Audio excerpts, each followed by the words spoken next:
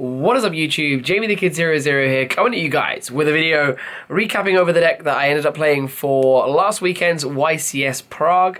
Please forgive me in advance if my voice sounds a little bit croaky. I got back to the UK about 8:30 in the morning UK time, and I've only really had a nap since I got back, so I'm still kind of due a full night's sleep after the tiring events of day one and having to wake up for day two only to disappoint myself. But I will go through the list that I played. Big shout outs to my my favourite dice that lost me a whole heap of dice rolls across the event, including a real horrible one in the last round of day two, even though I couldn't top it anyway. And shout out to Rescue Cat Dollars for the lucky owl, because I had this with me at every time I got my deck out on the table. This little guy came out, so he was there as a little bit of moral support. But I'm going to go into the list. This was 60 card Metalfoe.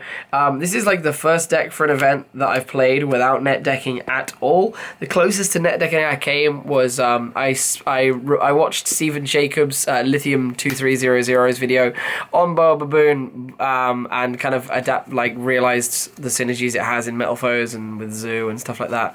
But I really just wanted to play the Boababoon deck. I originally was playing 40 cards when I went into testing on the Wednesday before the event, because I've been playing solid since Wednesday, because I've, of course, been on a long break, so I needed to practice a lot. I was playing 40 cards. My friend pointed out to me that I had 20 more. We had 20 more cards that I wanted to play. So I literally went, oh, okay, so I want to play 20 cards, 20 more cards. Let's sleeve them up and go. And I played the deck like that. And I haven't looked back. It's crazy that a friend of mine also came from another local area. He didn't travel with me. We didn't discuss the decks beforehand. And he sits down at the table. He's playing 60 card Metalfoe, and his list, by sheer coincidence, is one card different from mine. He was playing, I think he was playing one extra strike, whereas I was playing a torrential or something like that. It's crazy to think that we were both one card variant. But either way, I'm going to get into the list. There's definitely changes I would make now, but overall I was very happy with it. My loss, I went 6-2 on day one, and then went 1-2 on day two, losing my first round and third round on day two, having a no-show for my second round, so I can't really call it a win. But I went 6-2 on the first round, losing rounds 3 and 5, I think. Yes, 3 and 5. So going 3-0 to day two, only to lose the first round to a Solemn Strike. But I digress. Let's get into the profile. So we're going to start off with 3 of the newest card for the deck. 3 copies of Boababoon, or I don't even know what this is, what it's called in German. They only had German copies because there was majority German players there. Pavian Brotbam. This card is absolutely ridiculous for the deck. The amount of modulation this lets you go through, because on average, because you're playing kind of the traps, or you're playing some subjective cards that you don't want to open, or you're playing the Zoodiac Ratpiers when you've already opened this to make a Zoodiac combo anyway through Invoker, this lets you modulate your hands so well. So when you play Boababoon, or by extension the 3 Lonefire Blossoms that you play to also support it, which are kind of the 4th, 5th and 6th Boababoon that also thin the deck, it gives you the ability to better modulate your hand so that you don't lose to those bad cards. It lets you put your Lunalight Black Sheeps back in the deck and things like that. The only real time this is a problem is if you open more than 1 brick card, which you really normally don't, because your deck should only be playing about 5 brick cards technically, unless you count the actual traps as 5 brick cards. And that's with me counting kind of your counters and your combination as brick cards, which of course become good cards with the combination of cards like Archfiend Eccentric in the case of combination. So, I mean, it's subjective terms, but on average you could count 5 cards in the deck as somewhat brick cards that stop you from going off turn 1. So this is so crazy that its simple effect to draw a card and then return 1 to top or bottom of deck allows you to modulate your hand, and then when you combine that with its destruction effect, which triggers off of Barrage or off of any of your Metalfoe monsters, to summon 2 more, modulate 2 more cards out of your hand, and then make an Invoker for essentially free. It's absolutely ridiculous. So these 6 cards will be probably in every Metalfoe list that I play, simply because Lonefire lets me thin the deck and get to this so much quicker. The only problem I had with playing Lonefire was that this kind of guaranteed a fire being in my graveyard, so it made my invoked matchup a little bit more difficult, because you lose quite hard to Purgatorio if you don't have an out to the Purgatorio. But of course you are playing Metalfoe monsters, so you will find a fire going to the grave occasionally with Painful Decision, but this card kind of gave them a guaranteed fire, so that was the one frailty of that card that I found, but otherwise I was pretty happy with it. Moving through the list, I played 3 Speedroid Terrortop and 1 Taketomborg, the standard Zoo engine. Also played 3 Rat and a Whiptail. I couldn't really find room for any more of a Zoodiac engine. I also didn't really feel the need for it. I originally didn't like playing these and Barrage, but because I ended up playing 60 cards, the Barrage were kind of necessary, just to give me more ways into my Zoo play that I wanted to open every single game one, because I was playing the Lunalight combo. So I'm very happy with this size of engine. I wouldn't change it. Maybe a second Whiptail, but it never really came up. That number was perfect. For the other kind of supporting pendulum cast, I played 3 copies of Majespecter Baboon, Bunbuku, Baboon, Raccoon, Bunbuku, and 1 Kirin, just because Kirin's absolutely broken, and these contribute to a totem bird, or they contribute to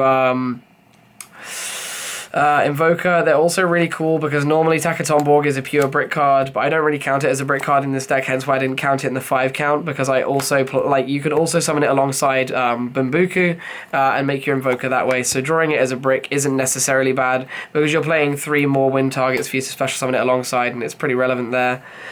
So that was them. I also played 3 copies of Archfiend Eccentric. This was I actually barely ever saw this card. This was probably the least seen card in my deck alongside Enemy Controller, which was really weird, because I felt like this was going to be really strong, kind of going like, yeah, play a Metalfoe, pop a Baboon, set combination, activate Eccentric, blow it up, and like go off from there. But it didn't really work out that way. So I never really saw this card, so hopefully I'm going to play this deck again for a regionals. Hopefully I'm either going to play this or I'll play Infernoids, because I learned a lot about Infernoids from the Americans, having conversations with them at the venue.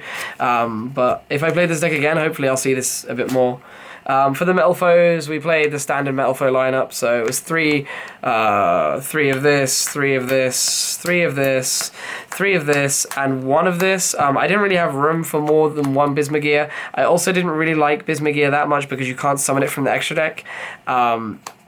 But I guess there's some arguments for kind of both sides, but there really wasn't much room. I wanted to instead just play more searches, so I played Summoner's Art instead to search an actual playable, summonable Metalfoe rather than Bismugear. But that's how I felt about it. I mean, if my logic is flawed, my logic is flawed, but I mean, I started coming up with this deck on the Wednesday morning, so for playing a deck that was, I'd had 4 days to work with, and managing to initially go 6-2, I'm pretty proud of that, so... You know, I don't really like to talk about my day 2, but going 6-2 on day 1, you know, it's pretty nice for pretty much zero testing, except for hotel testing. For the other cards, I played 1 Dragoons of Draconia because it's searchable by the Zoo combo. And then the 1 Lunalight Black Sheep, of course, for the Fusion card. I then played double Maxx, double Crow as my hand trap. In discussion with my team that I went with, I found that Maxx was just too hard to find, so we really wanted to play other cards that were good hand traps. We felt that DD Crow was going to be better off in the meta, because we knew about the Manticore loop that some people were playing, which involves if you Maxx a Zoo player, usually an Infernoid Zoo or a Lightsworn Zoo, they'll add Manticore of Darkness to hand, find a way to send another Manticore of Darkness to graveyard, and then they will loop the Manticores of Darkness to make you deck out. So if you draw the DD Crow off of that, it's blowout, because you can draw part or most of your deck and then DD Crow one of the Manticores to stop the loop. And you've drawn like 20 or 30 cards, and you can then proceed to go off from there because your resources are huge. You're playing a pendulum deck. You can just pendulum summon and just go for the easy OTK there. So we wanted to play these for that. We felt like Ghost Ogre was worse. We just felt like this was vastly an overall better card. It's good. A lot of the I noticed a lot of the European players also do the Zoodiac combo differently from ourselves. They leave themselves vulnerable to the Crow because they make the Broad Ball before they make the Tiger Mortar. So they have to reattach the Rat from the grave using the Broad Ball, which leaves them vulnerable to the Crow there as well. And of course, it's absolutely blowout against the combo, the Lunalight combo, because it leaves them with just an Norden on the field. Then that's it for the monsters. The monsters for 40 cards. I played 40 monsters, and 40 monsters, 10 spells, 10 traps. So for the spells, it was 1 Fusion Substitute, 1 Fullmetalfoes Fusion, 1 Metalfoes Fusion, 1 Summoner's Art, 1 Painful Decision. I want to play 2 Painful Decisions, so I'm probably going to be taking the Lunalight combo out, because everyone is playing around it now. Everyone is playing outs for it. It didn't get me that far into, like, that much further along from where I wanted to be. And I want to play the deck with more extra deck space, so I'm going to concentrate on just playing other better combo cards, probably putting a little bit more focus on the Metalfoe engine, and we'll test that and see how that goes. And then I just played 2 Enemy Controller. This card was insane. This was really, really, really strong, so definitely going to keep this in. I just wish I saw it more often, but stealing Tridents all day was fantastic, or stealing Invokers, and then 3 Zoodiac Barrage, just fantastic card. So that was that. My only quick criticism about Barrage, other than the natural bend in it that everyone already knows about, is that the trick with playing Barrage in this deck is often you will find yourself drawing it dead and using it to just summon a Whiptail from the deck to go for extra damage, because you'll almost always be opening with a combo to go into Invoker. So I originally really didn't want to play this card, but my friends convinced me to play it. It was so. Part of me really didn't want to play it, part of me really didn't enjoy it, but at the same time it's kind of a necessity, and worst comes to worst, you can play it and just blow it up with a Metalfoe anyway and attach it to a Trident for a free material, so it's not all that bad, I suppose. Then for the traps, it's 3 copies of You Can't Play Yu-Gi-Oh! Just Dimensional Barrier is the single best trap in the game right now. It literally does what I said it does. It's just You Can't Play Yu-Gi-Oh! So you need to play this card, and in a 60 card deck you need to see it going first every single time, in my opinion, so you really want to be playing the 3 and drawing hard to see it. 2 Solemn Strikes, 2 Metalfoe Counter, 1 Combination, and then the 1 Torrential and 1 Vanity's Emptiness. Some people didn't play Torrential, but I felt like this was just another really good blowout. I didn't want to play Raigeki in the main because I felt like Raigeki was just going to be another card that stopped me comboing. And I felt like my board was going to be too strong, and I felt like if I was going second, my deck has a very good game going second.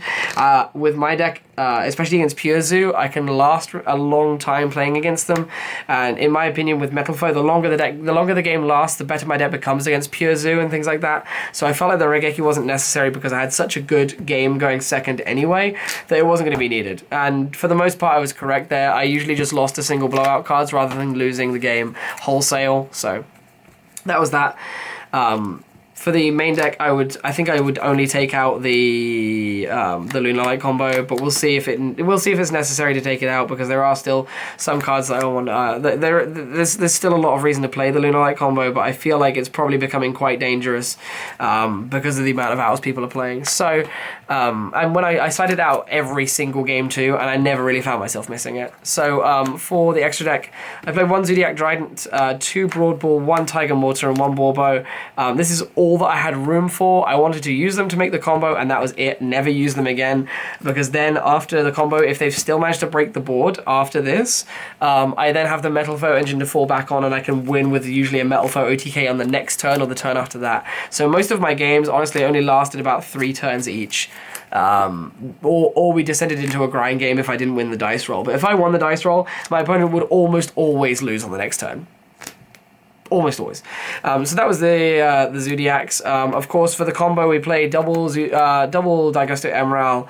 We played 1 Totem Bird and 1 X-Saber Invoker. It's very important to play the second 3 in this deck, because you play so many 3s in the deck already that you need something else to go into. A few of my friends that played Metalfoe played Breaksword. I wholeheartedly would have also played Breaksword if I actually took mine with me, but I left mine at home by mistake, and I ended up having to sub it out for a Metalfoes Adamantite, which actually was really good as well. I really liked the card, so I didn't really miss it. But I understand the validity of playing the Metalfoe, the Breaksword, simply because Breaksword is really important for Anti-Spell Fragrance, which is a card I lost to twice on the next day. I just got blown out. But yeah, this is that's those. And then for the fusions, I played 1 Elder Entity Norden. You need it for the combo. 1 Metalfoes Adamantite. This was really, really important for using cards that were stuck on the board. When you got debarriered, it was really cool. It was cool for using cards that you'd gotten off of Alcahest and things like that. So it was it was actually quite important. I'd really like to play it, but the Breaksword was probably better. 1 Orichalc. He was really, really good for just blowout damage. over defense position Dryadants that have already used their effect, just going for 56. I won a few games that way by just going summon Oracle, attack. Does your back row do anything to me? No. 2 Mithrilium. Really good card. Wish I had room for 3, but I didn't have. There's no way I was going to ever find room for 3. And 1 Alcahest. Like this, you'd almost always be able to open a board of the Zoodiac combo. So you'd have like an Emerald, a Dryden, and a Invoker, and usually 1 Metalfoe on the board that you pendulum summon, another one that you've probably added to hand, or you'd have a counter set and a Fullmetalfoe Fusion, and you could fuse into this as almost as a trap card to stop your opponent's combo plays as well. So you'd have essentially 2 monster destructions, which was so strong. So I absolutely loved playing this fusion engine.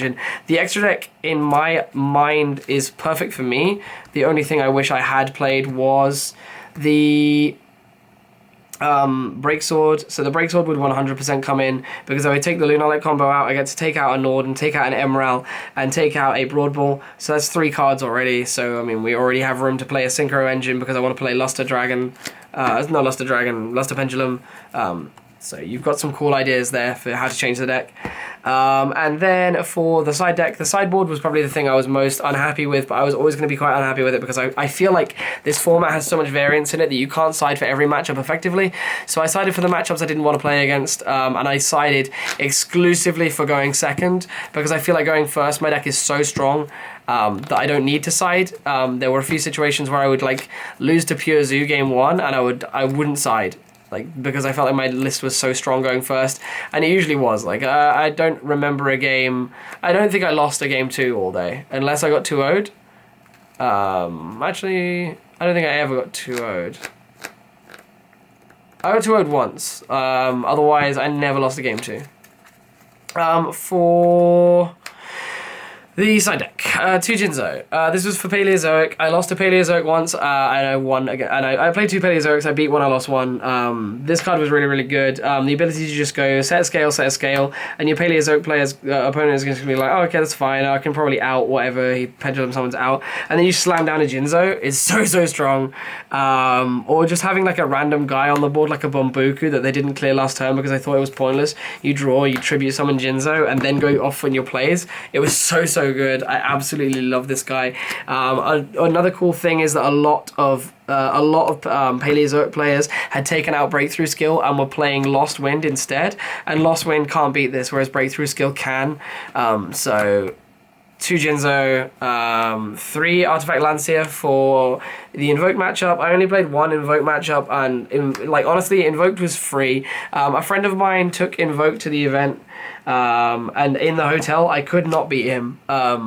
But every other Invoke player that I ever tested against or ever played against could not touch me. And this was one of the cards that contributed to that. I played 1 Invoke player on round 8, the last day of day 2 at 11 PM. That's how long it ran on for. And I 2-0'd him. So that's all I need to say. I played the Kaiju engine because you need to, like, I still think Kaijus are ridiculously good. I hate Purgatorio, so I didn't play the fire. I also hate Raging, so I didn't play the wind. So I played all the elements that would be bad for Invoked, except for I played a light because like Jizukuru is like so strong, and the only other one that's that big is Thunder King. So that's it.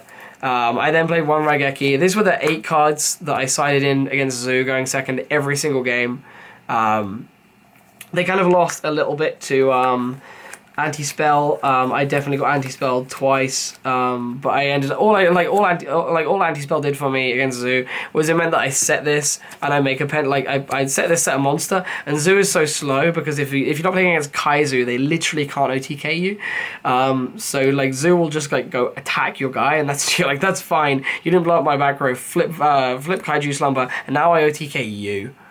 And that was like, I go flip Kaiju Slumber, do my own Zoo combo, blow up your anti-spell, set a scale, pendulum summon, OTK. That was how they all went, every single time. So then there's 2 Cosmic Cyclones. The only time that I lost to Zoo was when they floodgated me out. Zoo could not beat me in a fair fight, at all. So there was the full-on side deck. So that brings me to the end of the deck profile. I'm overall, even though I didn't come remotely close to topping, if we count day 2, I'm still very, very pleased with how the deck performed. I absolutely adored it. I would definitely play it again given the chance. I would just want to make some edits, I think. It was really cool to play 60 cards as well, because all the lawn mowing decks like Infernoid, which I actually played none of. I never played Infernoid across the entire event, which was the main thing that I was playing 60 cards to beat. Like Infernoid couldn't mill, Lightsworn couldn't mill, and Paleozoic couldn't mill in the 60 card versions. And I never played any other 60 card decks except for Paleozoic. So it was really, really dumb that the biggest meta call I made, which was to beat Infernoid, never came up. So there we go. I hope you all enjoyed watching this video. I've definitely really enjoyed going through it. I really enjoyed playing this deck. If you have any thoughts on the list, please do comment them down below. And hopefully I'll be able to bring you some more videos about this deck pretty soon. I'm probably going to play it again for another regionals coming up.